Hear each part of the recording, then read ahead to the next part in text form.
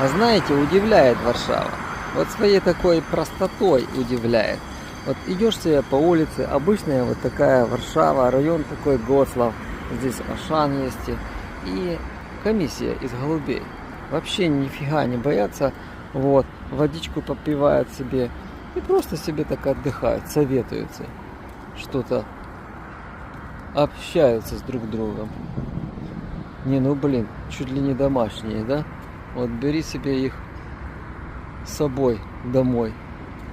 О, и здесь на крыше также. Интересно. Вы в других странах тоже видите так голубей?